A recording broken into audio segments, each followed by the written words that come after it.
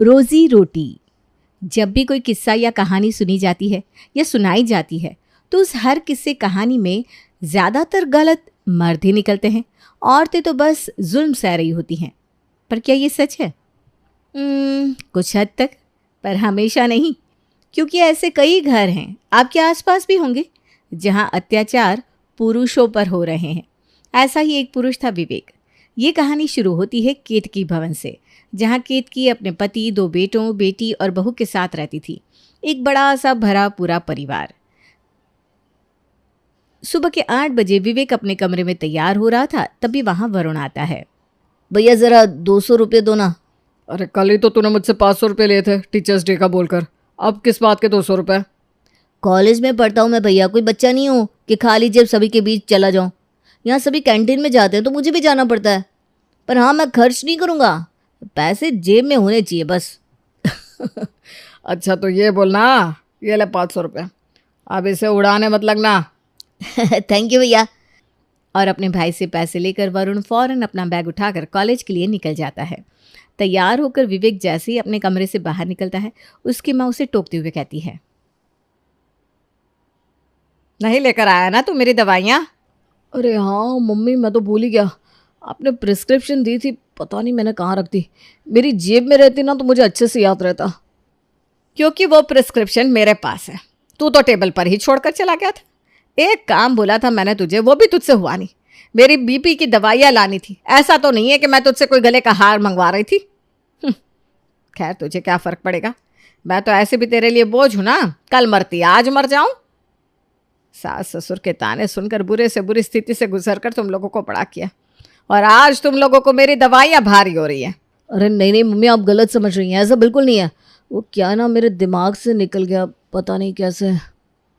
ऐसे ही हमारे दिमाग से भी चीज़ें निकल जाती तो स्कूल के बाद तुम लोग कभी घर ही नहीं आ पाते।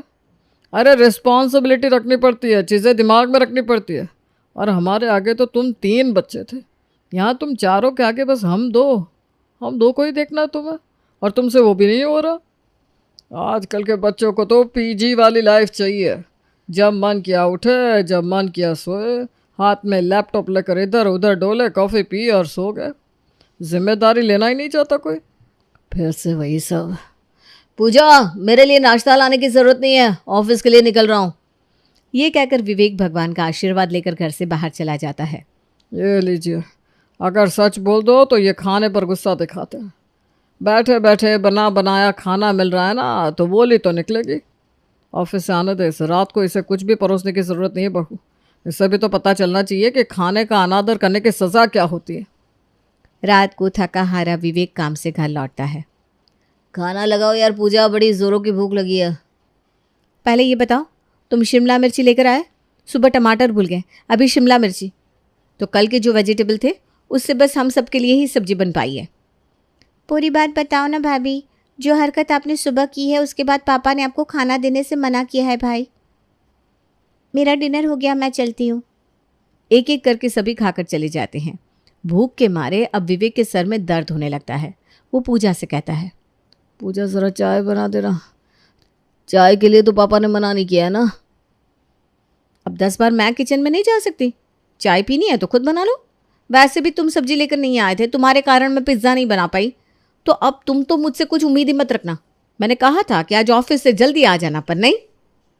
अरे ऑफिस में काम ही इतना था पूजा, एक तो मैं टिफ़िन लेकर नहीं गया, मैंने ब्रेकफास्ट नहीं किया, और वहाँ कैंटीन में खाने तक का ऑफ नहीं दिया आज बॉस ने मुझे। काम ही इतना है। चलो कोई बात नहीं, मेरी ही गलती हो गई। मैं कल सुबह उठते ही तुम्हारे लिए शिमला मिर्ची ले आऊँगा बस। और इतने थके होने के बाद भी विवेक खुद चाय बनाकर पीता है। अगली सुबह उठते ही सबसे पहले विवेक पूजा की पसंद की ताज़ी सब्जी लाकर रसोई में रख देता है। चश्मे वाले से पापा का चश्मा लाना बाकी है, मम्मी का टूथपेस्ट ले आता हूँ, सब्जी हो गई। मम्मी की दवाई तो कल रात ही मैं ला चुका हूँ, अब कुछ बाकी नहीं।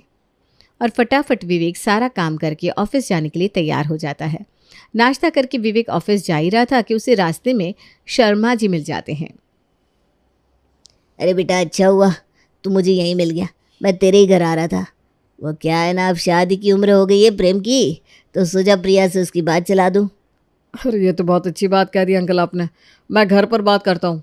आप एक काम कीजिए, प्रेम का बायोडाटा और फ़ोटो व्हाट्सएप कर दीजिए मुझे, और घर लौटते हुए विवेक सबसे पहले सभी के सामने इसी बात को रखते हुए कहता है, बहुत ही अच्छे घर का रिश्ता सामने से चलकर आया है प्रिया के लिए मम्मी। हमारी प्रिया का भाग्य इतना अच्छा है, ऊपर से प्रेम एक नंबर लड़का है, 1.5 लाख रुपए महीने कमाता है और कोई बुरी आदत भी नहीं है उसमें। तो आप शादी कर लो भाई उससे, 1.5 लाख घर पर आ जाएंगे, पैसे से ही मतलब है ना।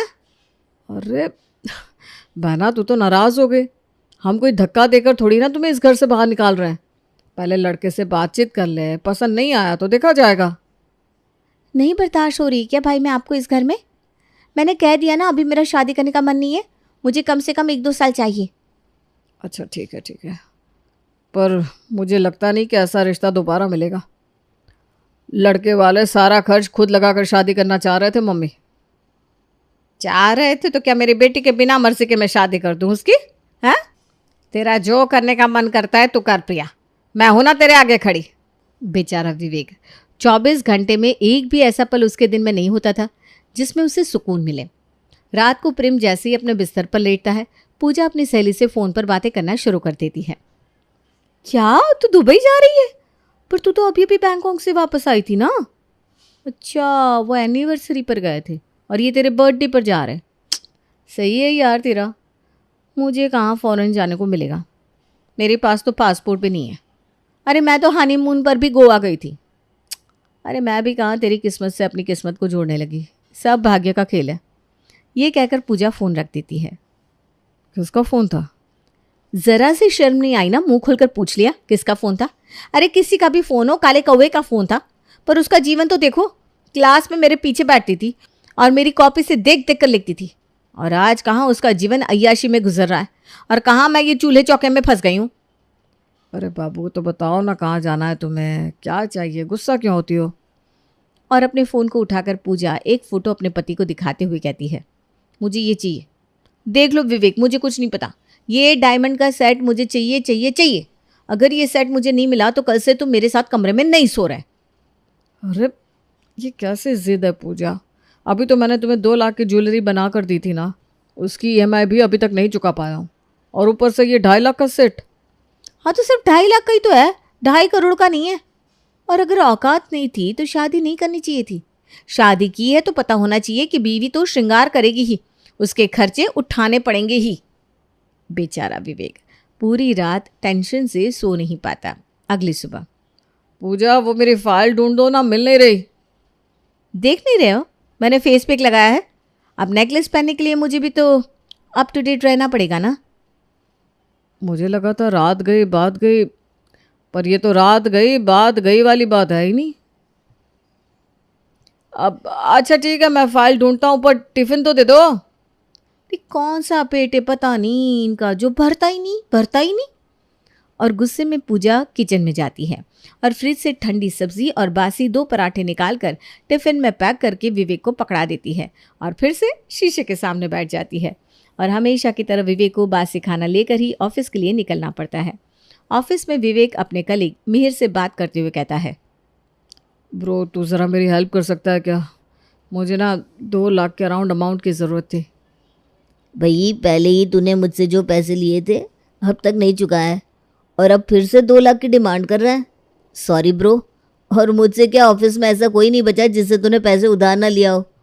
अब ऐसे क्रेडिट वाले की हेल्प करने का रिस्क ले भी कौन? वैसे ये पैसे भी तो अपने घर के किसी मेंबर की ख्वाहिश पूरी करने के लिए ले रहा होगा ना। अरे bro, when will you understand? कोई 8-10 लाख की सैलरी नहीं है तेरी। घर वालों को बोल मेरी इतनी औकात है, इससे ज़्यादा मैं तुम लोगों पर खर्च नहीं कर सकता। मिहिर और विवेक आपस में बात कर ही रहे होते हैं, तभी वहाँ ऑफिस के बॉस आते हैं और इस बात को सुन लेते हैं। Vivek, come in my cabin right now. Vivek अपने बॉस के कैबिन में जाता है। तुम्हें समझ में भी आ रहा है तुम क्या कर रहे हो?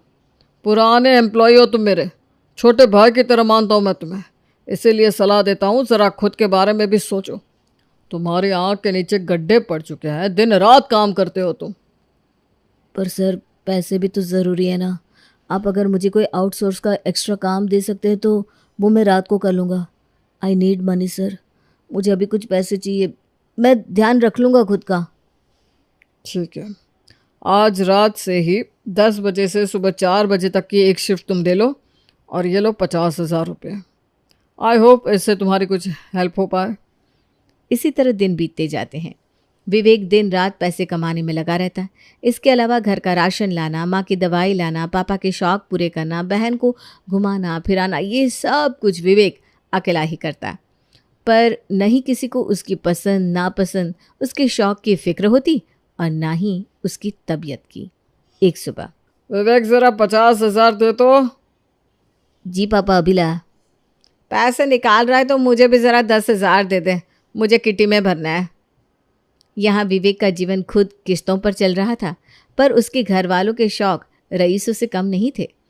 मुरारी पैसे लेकर समाज की कमेटी के पास जाता है और वहाँ 10,000 निकाल कर दान कर देता है। ये तो विवेक के पिताजी है। एक कंपनी का बॉस होकर मैं यहाँ 500 रुपये दे रहा हूँ और अंकल जी 10,000 रुपये दे रहे हैं। अब समझ में आ रहा है कि विवेक के सारे पैसे जाते कहाँ हैं। और ऑफिस पहुंचते ही बॉस ने विवेक को इस बारे में बताते हुए कहा, मेरे नज़र के सामने जो है बस वही बता रहा हूँ। दाना करते भी 8 से 10 की लोन की EMI भरते हो तुम, उसके बाद भी तुम्हारे पापा यहाँ हर जगह 10-10 हज़ार रुपये दान कर रहे हैं। अरे भाई, इस तरह से पैसे लुटाओगे तो तुम्हें सड़क पर आने में वक्त नहीं लगेगा। बच्चे नहीं हो तुम कि मैं तुम्हें रोज़ रोज़ बताऊँगा। विवेक, इतना अच्छा बनने की कोई ज़रूरत नहीं है। तुम्हें कोई ट्रॉफ़ी नहीं देने वाला, पर तुम्हें तो ट्रॉफ़ी मिल ही जा रही है सबको खुश करके। तो बाहर बैठे अपने कलीग्स को भी खुश कर लो, क्योंकि आज सभी मिलकर तुमसे पैसे मांगने वाला है। क्या? ऐसा मत कहिए सर, मैं एक साथ सभी को पैसे कैसे दूंगा? वो तो मुझे नहीं पता। You can go now. और जैसे ही विवेक अपने बॉस के कैबिन से बाहर निकलता है, सभी के सभी उस पर टूट पड़ते हैं। अब तो मुझे लगता है तूने सोच लिया है कि हमारे पैसे डकार कर यहाँ से भाग जाएगा। अरे मैं तुम्हारे 1 लाख रुपए लेकर कहाँ भागूंगा? तुम ही बताओ प्रेम। मेरा घर यहीं है, मेरा परिवार यहीं है, मैं कैसे भाग सकता हूँ भाई? तुम तो मुझे अच्छे से जानते हो। प्रेम से 1 लाख लिए थे तूने और बाकी सबसे किसी से 10,000, किसी से 20, किसी से 2 लाख, किसी से 4 लाख, कुल मिलाकर 15 लाख रुपए हो रहे हैं। 15 लाख रुपए लेकर तो तुम भाग सकते हो ना?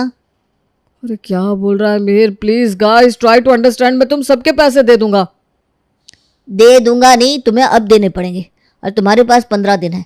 इस 15 दिन में हम सबके 15 लाख रुपए दे दो, वरना 2 जोड़ी कपड़े पैक कर लो, जेल में बैठकर आराम से ऑफिस का प्रेजेंटेशन जमा करना। अरे कहाँ से लाऊंगा पैसे? कैसे होगा ये सब?